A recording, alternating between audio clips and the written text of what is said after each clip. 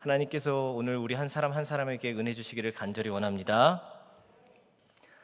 아파트 엘리베이터 안에 한 남자가 음식물 쓰레기 봉투를 들고 탑승합니다.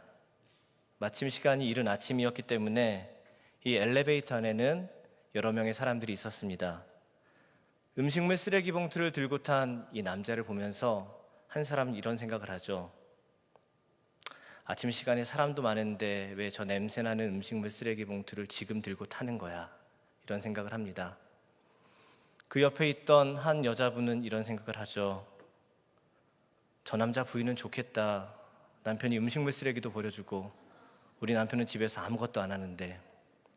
이 여자분과 살고 계신 남자분들은 회개하시기를 바랍니다. 그 옆에 계신 나이가 지긋한 어르신은 이런 생각을 합니다. 아이고, 네 집 자식인지 돈 버는 것도 힘들 텐데 쓰레기까지 버리네. 우리 아들도 저러고 사는 거 아니야? 여기에 그 어르신이 계시다면 알아두시기를 바랍니다. 여러분의 아들도 그러고 살고 있습니다. 반면에 식욕이 왕성한 한 청년은 그 장면을 보고 이렇게 생각합니다. 저 집은 어제 치킨 먹었나 보다. 나도 빨리 퇴근해서 저녁에 치킨 먹어야지. 음식물 쓰레기 봉투를 들고 엘리베이터에 탄 사람은 한 사람입니다. 그 사람이 저는 아닙니다. 그런데 그 사람을 보면서 많은 사람들의 생각은 각기 다릅니다. 우리가 살아가는 인생 가운데도 수많은 일들이 벌어지기 마련입니다. 하지만 그 수많은 일들을 대하는 우리의 생각, 자세, 삶의 태도는 모두가 다릅니다. 오늘 우리가 함께 읽은 사도행전은 8장은 이렇게 시작합니다. 사울은 그가 죽임 당함을 마땅히 여기더라. 여기 등장하는 사울은 우리가 알고 있는 후에 다메섹 도상에서 예수 그리스도를 만나 회심한 바울입니다. 그리고 그가 죽임을 당함을 할 때 그 그는 사도행전 7장에 예수 그리스도를 담대히 전하다 사내들인 공회의 결정으로 돌에 맞아 순교한 스데반 집사님입니다. 예수님께서 승천하신 이후에 성령 강림 사건이 일어나게 되고 예루살렘 교회는 폭발적인 부흥을 경험합니다. 베드로가 설교할 때마다 한 번에 3,000명씩 회개하는 역사가 일어나게 되고 모였던 사람들은 고향과 집으로 돌아가지 않고 그곳에 남아서 양육을 받게 됩니다. 그 사람들을 위하여서 예루살렘 교회 성도들은 함께 쓸 것과 먹을 것을 나누며 예루살렘 교회 안에는 놀라운 교제가 일어납니다. 당시 예루살렘 성 안에 있던 교인들은 교회에 오기만 하면 너무나 행복합니다. 복음이 예루살렘 교회를 온통 뜨겁게 채우고 있습니다. 반면 사내들인 공회를 비롯한 유대인들은 이런 예루살렘 교회를 핍박하기 위해 사도들을 잡아들입니다. 그러면서 복음을 막아보려고 그 복음의 불길을 막아보려고 애쓰지만 도리어 사도들을 잡아들이면 천사들이 와서 옥문을 열어주고 사도들을 지키던 간수까지 회심하던 바람에 이 사내들인 공회와 유대인들은 참 난감한 지경에 이르렀습니다. 그들의 입장에서는 신흥 이단 종교인 예루살렘 교회를 어떻게 해서든지 빨리 무너뜨려야 했습니다. 또 다른 교회를 엿보고 있던 유대인들은 예루살렘 교회에 존경받던 집사 스데반을 잡아들이는 데 성공합니다. 그의 제목은 신성모독이었고 스데반은 처형됩니다. 초대교회의 첫 순교자로서 주여 이 죄를 그들에게 돌리지 마옵소서라는 마지막 말과 함께 돌무더기에 묻혀 죽임을 당하게 됩니다. 이런 끔찍한 장면을 많은 사람들이 지켜보았습니다. 이 장면을 아주 가까이에서 목격한 인물 중 한 사람이 바로 사울입니다.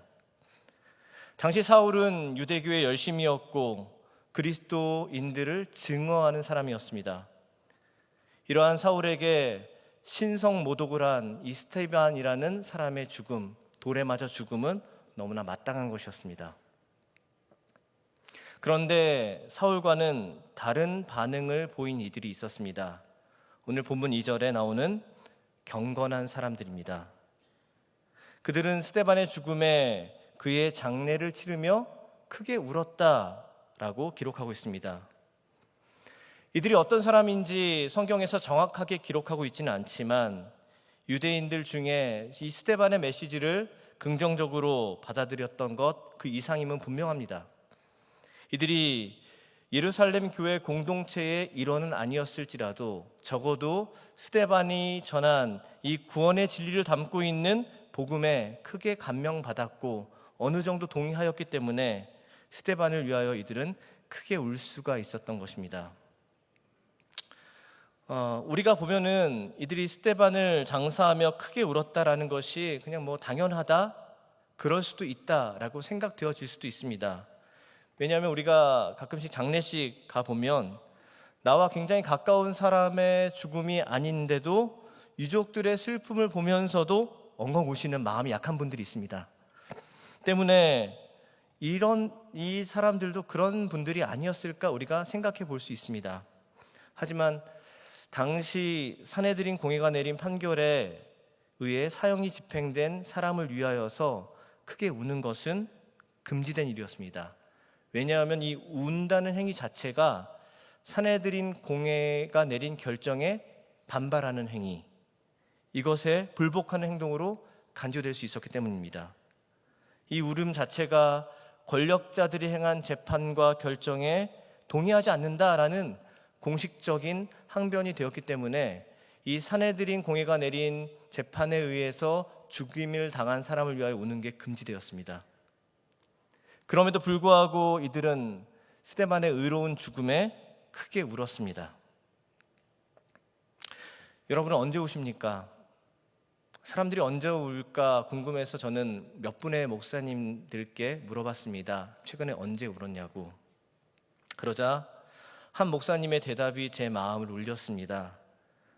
그 목사님께서 얼마 전 순장님 신방을 하는데 그 신방을 받던 순장님께서 기도 제목을 나누면서 자신의 순원의 기도 제목을 이야기하면서 형편이 어렵고 참 아픈 그 순원을 이야기하며 우는 순장님의 눈물을 보면서 본인도 함께 울었다라는 것입니다.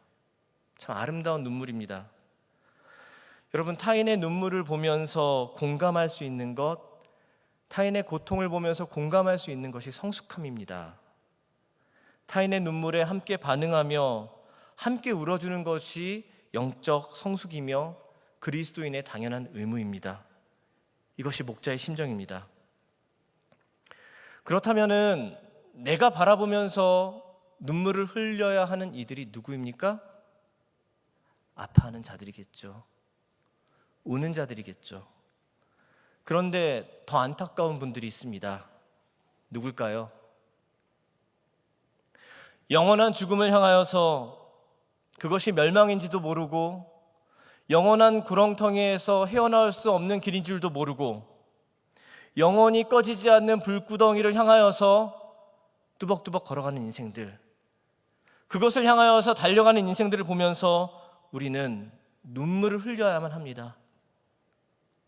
우리가 그들을 보며 함께 울 수 있기를 간절히 소원합니다. 오늘 본문에는 표현되어 있지 않지만 스데반의 죽음에 2절에 등장하는 경건한 사람들 이상으로 아파하고 통곡했던 이들이 분명히 있습니다. 바로 예루살렘 교회의 성도들입니다. 그러나 이들은 온 교회가 존경하며 따르던 스데반의 죽음 앞에서 슬퍼하고 통곡할 틈도 없이 자신들의 고난과 마주해야 했습니다. 우리 다시 1절을 보면요, 그날에 예루살렘에 있는 교회에 큰 박해가 있어 라고 기록되어 있습니다. 이들은 자신에게 다가올 고난, 박해, 고통에 미처 대비할 틈이 없었습니다. 왜냐하면 스데반 집사가 처형되던 그날 박해가 시작됐기 때문입니다. 이 박해의 정도는 과거 사도들을 잡아 신문하고 감옥에 거두던 그때와는 확연히 달랐습니다. 이전에는 서로 기도하고 격려하며 서로 뭉쳐서 견딜 수가 있었습니다. 그러나 스데반 집사가 죽던 그날 시작된 박해는 달랐습니다. 그 박해는 치밀하게 계획되었고 조직적으로 행해졌습니다. 사울이라는 사람이 앞장서서 교회를 박해하기 시작합니다. 우리 3절을 함께 읽어보도록 하겠습니다. 3절의 말씀. 사울이 교회를 잔멸할새 각 집에 들어가 남녀를 끌어다가 옥에 넘기니라. 3절은 사울이 교회를 뭐 했다고 합니까? 잔멸하였다고 표현됩니다. 원어상으로 이 잔멸하다라는 뜻은 멧돼지 떼가 밭에 들어가서 그 밭을 짓이겨 놓는다는 뜻입니다. 여러분 한번 상상해 보십시오. 내가 아주 정성껏 텃밭을 갖고 놨는데 어느 날 밤에 멧돼지 떼가 와서 밤새도록 그 밭을 짓이겨 놨습니다. 그 밭의 꼴이 어떻겠습니까? 또 이 잔멸이라는 단어는 이러한 뜻을 내포하기도 합니다. 사자가 자기의 먹잇감, 고기를 잘근잘근 씹어서 짓이겨 놓는다. 이렇듯 사울을 중심으로 시작된 교회와 예루살렘 성도들을 향한 박해는 참으로 잔혹하고 처절했습니다. 성경은 이 장면을 조금 더 구체적으로 묘사합니다. 사울이 교회를 잔멸할새 각 집에 들어가 남녀를 끌어다가 옥에 넘겼다라고 기록합니다. 각 집에 들어가.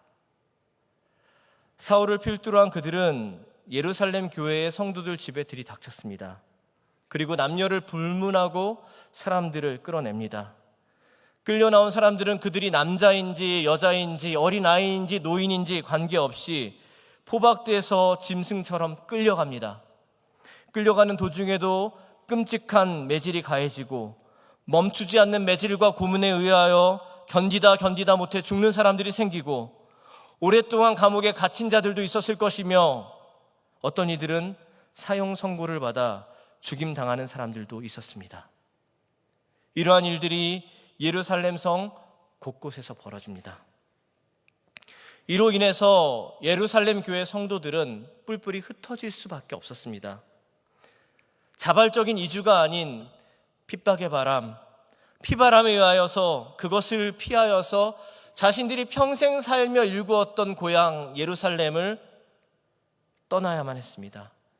그들은 이제 도망자가 되었고 나그네가 되었습니다. 제가 이 장면을 묵상하면서 설교를 준비하면서 제 마음 가운데 도전되는 것이 있었습니다. 예루살렘 교회를 핍박하기 위하여서 행한 사울과 사내들인의 그 계획이 너무나도 치밀했다는 것입니다. 이들은 이미 예루살렘 교회 교인들의 명단을 이미 확보했습니다. 그들의 신상을 일일이 다 파악하고 그들의 신앙 등급도 아마 나뉘었을 것입니다. 그들의 주소지도 확보했습니다.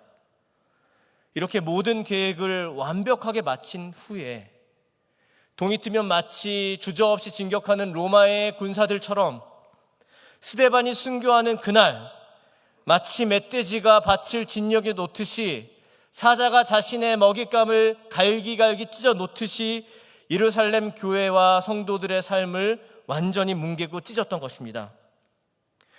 왜냐하면 이렇게 해야만이 교회가 완전히 박멸되고 부흥을 멈추고 예루살렘 교회를 완전히 끝장낼 수 있다고 생각했기 때문입니다.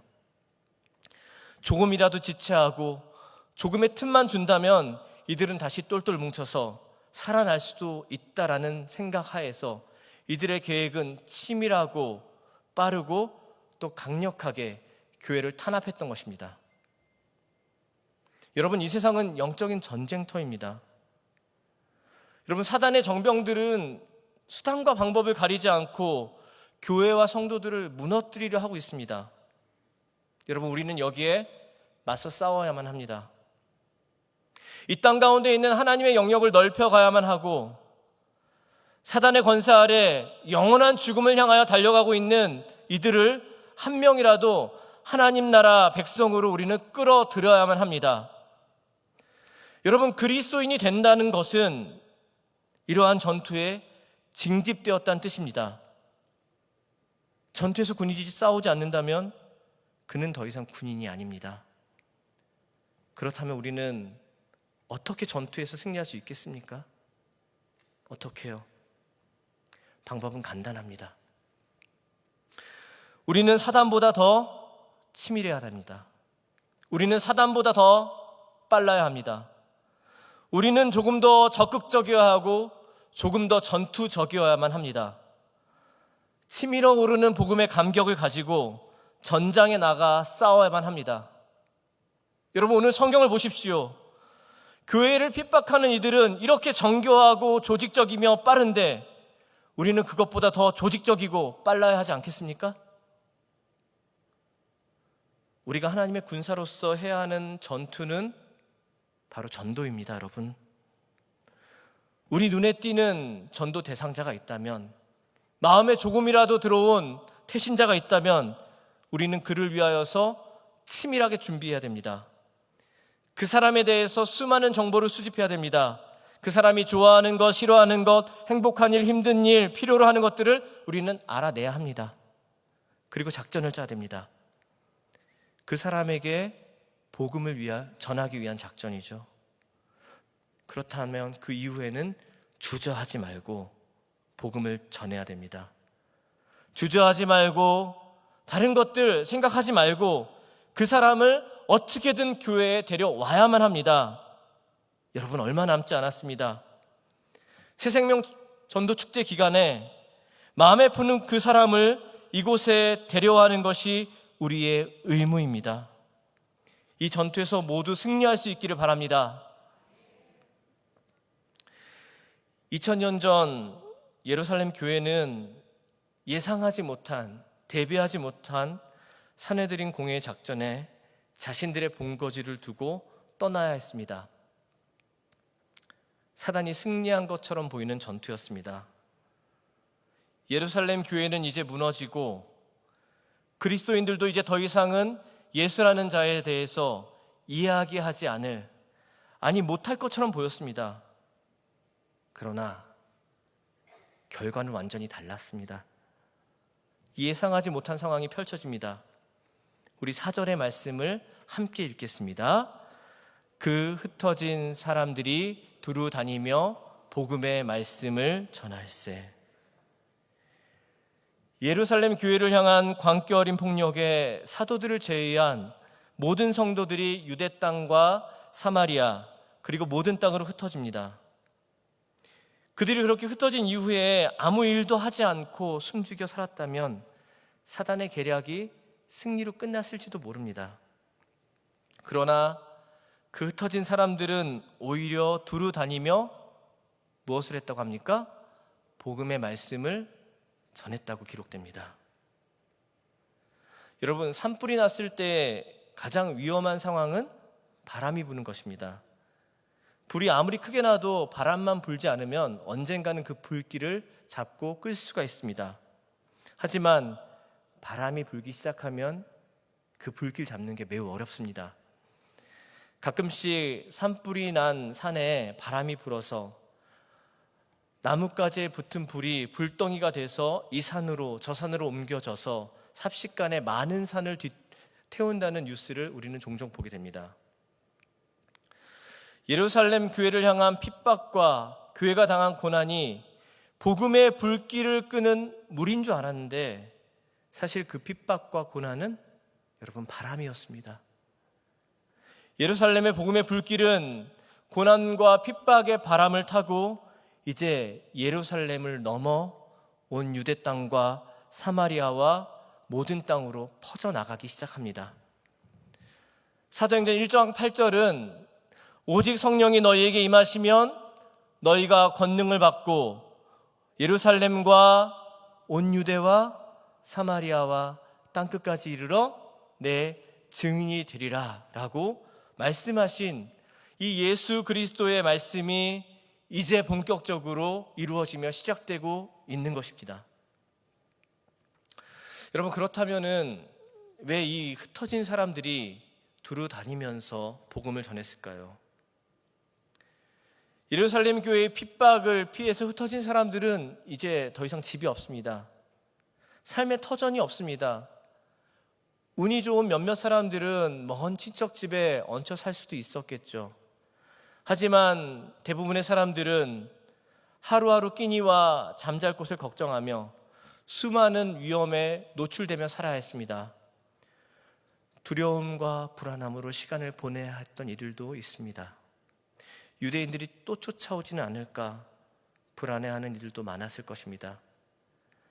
무시무시한 핍박이 있었기 때문에 여러분 당분간은 숨죽여서 그냥 내 신앙 지키면서 조용히 살 법도 한데, 왜 이들은 자신의 목숨을 내어놓고 위험을 무릅쓰고 두루 다니며 도망자의 신세가 된 그때에, 나그네 신세가 된 그때에 두루 다니며 복음을 전했을까요?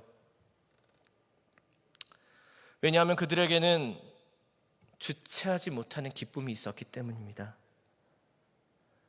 전하지 않고는 참을 수 없었기 때문에 그들은 그 신세, 그 지경이 되었지만 두루 다니며 복음을 전할 수밖에 없었던 것입니다. 한 번은 운전 중에 까닭없이 차가 막힐 때가 있었습니다. 왜 이렇게 차가 막히는지 우리가 차 막히면 굉장히 궁금하잖아요. 앞에 공사를 하는지, 사고가 났는지, 차선이 좁아지는지 굉장히 궁금했는데 세 가지 이유가 다 아니었습니다. 이유는 그 길 앞쪽에 한 매장 때문이었습니다. 그 매장은 복권방이었습니다. 복권방. 제가 그 길을 지나가던 날이 토요일이었고, 여러분들은 전혀 모르시겠지만 토요일 저녁에는 로또 복권 추첨이 있다고 합니다. 왜 그렇게 차가 많은지 그 복권방에 복권을 사기 위해서 차들이 줄을 쫙 서서 한 차로를 아예 막고 있더라고요. 왜 이렇게 차가 많은지 봤더니 그 위에 그렇게 써 있더라고요. 로또 명당, 로또 1등 당첨 19번.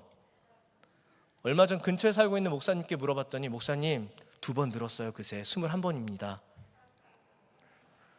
로또를 사기 위해서 사람들은 당첨자가 많이 나왔던 그것으로 몰려들었던 것입니다. 사람들은 왜 그렇게 로또를 사려고 할까요? 로또에 당첨되기만 하면 내 인생이 완전히 달라질 것이다, 이렇게 생각하기 때문에 사람들은 아주 희박한 확률에도 불구하고 로또 명당이라는 그곳에 모여들고 있었던 것입니다. 주변 사람들만 그곳으로 가는 것이 아니라 그곳에서 복권을 사기 위해서 지방에서까지 올라온다고 합니다. 그렇기 때문에 토요일만 되면 극심한 교통정체가 그 일대 발생하는 것이었습니다.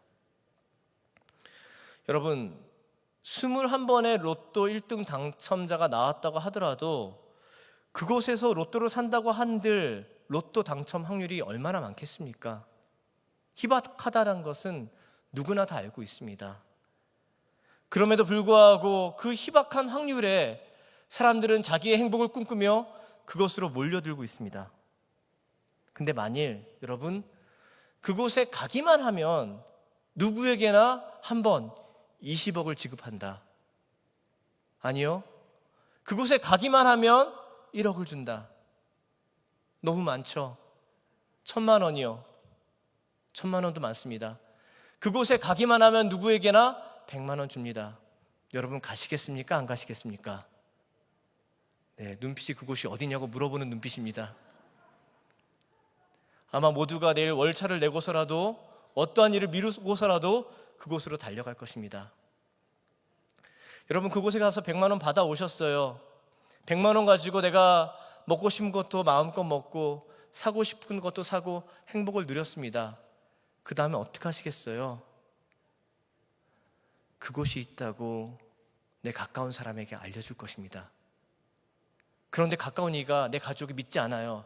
에이, 그런 데가 어딨어, 거짓말하지 마. 그럼 어떻게 하시겠어요? 야, 진짜 있어. 내가 같이 갈게. 내가 같이 가줄게. 내가 보증할게. 그 사람을 동행해서라도 여러분 수단과 방법을 가리지 않고 그 사람과 함께 그곳을 다시 찾을 것입니다. 이런 마음이었을 것입니다.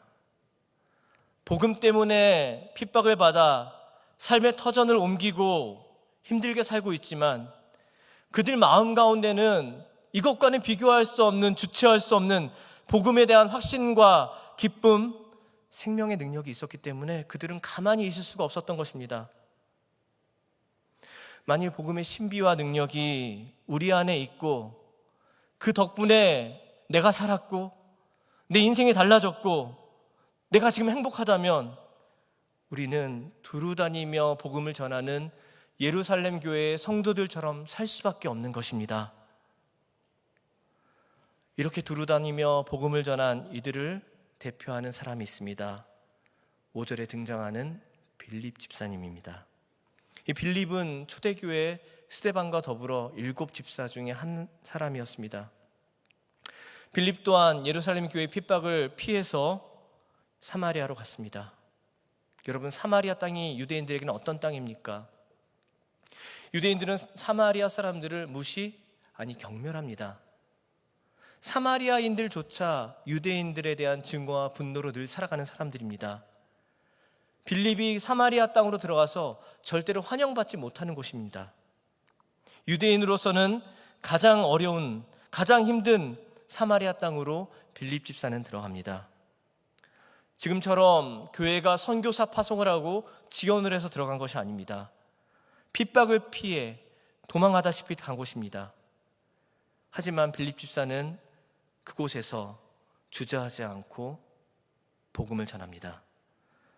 4절에는 흩어진 사람들이 복음의 말씀을 전하였다라고 기록하는데 5절을 시작하면서 빌립이 전한 그 복음은 그리스도라고 분명하게 표현되어 있습니다. 여러분, 복음은 다른 것이 아닙니다. 여러분, 복음은 복잡한 것이 아니죠. 복음은 무엇입니까? 예수 그리스도 그 자체이며 그리스도께서 나를 위하여 죽으시고 나를 위하여 사시고 내 삶의 주인이 되신다는 것입니다. 빌립이 이 그리스도를 전하자, 복음을 전하자 어떠한 일들이 일어납니까? 유대인들을 향한 증오와 분노로 살았던 사마리아 사람들의 마음이 녹아지기 시작합니다. 듣지 않을 것 같던 사마리아 사람들이 복음을 듣기 시작합니다. 하나님은 빌립 집사의 이 복음 전도 사역을 적극 지원하십니다. 표적을 보여주시죠. 기적들이 일어납니다. 우리 7절의 말씀을 함께 읽어보도록 하겠습니다. 7절의 말씀. 많은 사람에게 붙었던 더러운 귀신들이 크게 소리를 지르며 나가고 또 많은 중풍병자와 못 걷는 사람이 나으니. 많은 이라는 수식어가 붙은 것처럼 이러한 일들이 한 번만 일어난 것이 아님을 우리는 알 수 있습니다. 빌립이 복음을 전하자 많은 사람들이 오랫동안 묶였던 귀신에게서 해방되고 나음을 입었습니다. 많은 사람들이 복음으로 인해 삶의 변화를 경험했을 것이며 새 생명을 얻었습니다. 이제는 사마리아 땅이 빌립의 전도 사역으로 변화되기 시작합니다. 제2의 예루살렘 교회가 사마리아 땅에서 시작된 것입니다. 여러분, 제가 어렸을 때 했던 놀이 중에 여러분도 기억하실 것입니다. 우리 집에 왜 왔니라는 놀이 기억하십니까?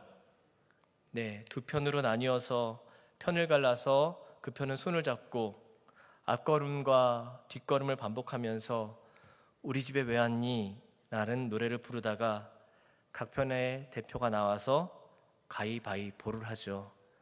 그리고 이기는 편이 진 편의 사람을 데려오는 게임입니다. 여러분, 기억하시겠습니까? 가위바위보에서 우리 편이 이기면 어떻습니까? 그 편이 깡총깡총 뛰면서 좋아하죠. 다른 편의 사람들을 데려와서.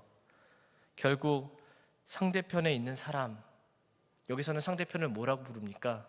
우리 집에 왜 왔니? 하면 뭐라고 대답합니까? 꽃 찾으러 왔단다. 기억하죠? 그 꽃을 다 찾으면은 이기는 게임입니다. 한 사람의 이름을 부르고 데려오고 승리를 누리는 이 기쁨의 게임, 이 기쁨의 게임이 이제 우리의 삶에도 적용되기를 바랍니다. 여러분, 마음에 품었던 한 사람의 이름을 부르면서 기도하고 그에게 복음을 전하고 이곳 안아주심의 본당에 데려와서 함께 기쁨 누리시기를 간절히 소원합니다. 핍박으로 인해 흩어진 줄 알았던 예루살렘 교회 성도들은 사실은 하나님의 보내심을 받아 잃어버린 천국의 꽃을 찾아 떠났던 것입니다. 예루살렘을 넘어 유대와 사마리아와 모든 땅을 복음의 꽃밭으로 물들이기 위해 그들은 흩어졌던 것입니다. 그들은 자신들의 사명을 다하기 위해 주체할 수 없는 복음의 기쁨을 전하며 하나님 나라의 꽃을 하나 둘씩 찾아와 복음의 역사를 써내려갔습니다. 고난과 핍박으로 시작된 그 일은 처음에는 상처와 고통 그 자체였으나 그들은 곧 그것을 복음의 바람을 불어일으키신 하나님의 계획하심으로 기쁨으로 반응하였습니다. 여러분, 코로나로 인하여서 지난 2년의 시간은 너무나 힘든 시간이었습니다. 아이에서부터 어른까지 인종을 초월하고 국가를 초월하여 온 세계가 고난의 시간을 지나야만 했습니다. 교회 또한 예배드리는 것이, 찬양하고 기도하는 것이 자유롭지 못했습니다. 지난주 특세를 통해서 우리는 이것을 온 교회가 함께 바라보면서 극복하면서 이것이 이 2년의 시간 가운데에 하나님의 선하신 계획이 있었음을 다시 한번 확인할 수가 있었습니다. 이제 이 전환의 시기를 우리는 복음의 기회로 삼아야 할 것입니다. 코로나로 인해 지치고 코로나로 인해 힘들어하고 아파하는 이들에게 우리는 복음으로 이것이 회복될 수 있음을, 복음으로 인해 일어날 수 있음을, 복음으로 인해 살아날 수 있음을 확실하게 보여주어야만 합니다. 11월 21일 시작되는 새생명 전도축제에 잃어버린 꽃들로 이곳 본당이 가득 차기를 간절히 소원합니다. 새로운 복음의 역사, 잃어버린 꽃들로 가득 찰 안아주심의 본당을 기대하면서 2000년 전 사마리아 땅에서 있었던 큰 기쁨을 뛰어넘는 더 큰 기쁨이 이곳 가운데 가득할 것을 여러분 믿습니다. 여러분, 사도행전 8장 8절은 이렇게 기록합니다. 그 성에 큰 기쁨이 있더라. 뭐라고요? 그 성에 큰 기쁨이 있더라. 사랑의 교회 행전 11장 21절은 이렇게 기록될 것입니다. 사랑의 교회에 큰 기쁨이 있더라. 아멘입니까? 우리 모두가 그 기쁨의 역사, 그 기쁨의 역사의 주인공이 되기를 주님의 이름으로 소원합니다. 기도하시겠습니다. 사랑과 은혜가 풍성하신 하나님, 지난 한 주간 특별 새벽 부흥회를 통해 온 교회가 회복을 넘어 부흥을 경험하게 하시니 감사드립니다. 그 놀라운 은혜와 하나님의 크신 역사가 영혼 구원의 잔치로 이어져 한 사람의 생명을 얻는 새로운 복음의 역사를 쓰게 하옵소서. 2000년 전 척박한 사마리아 땅에 전해진 복음으로 성 전체가 큰 기쁨을 누렸던 것처럼 우리가 전한 복음으로 말미암아 많은 이들이 새 생명을 누리게 하시고 그로 인해 온 교회가 더 큰 기쁨을 누리게 하옵소서. 한 사람을 천하보다 귀히 여기시는 예수 그리스도의 이름으로 기도드리옵나이다. 아멘.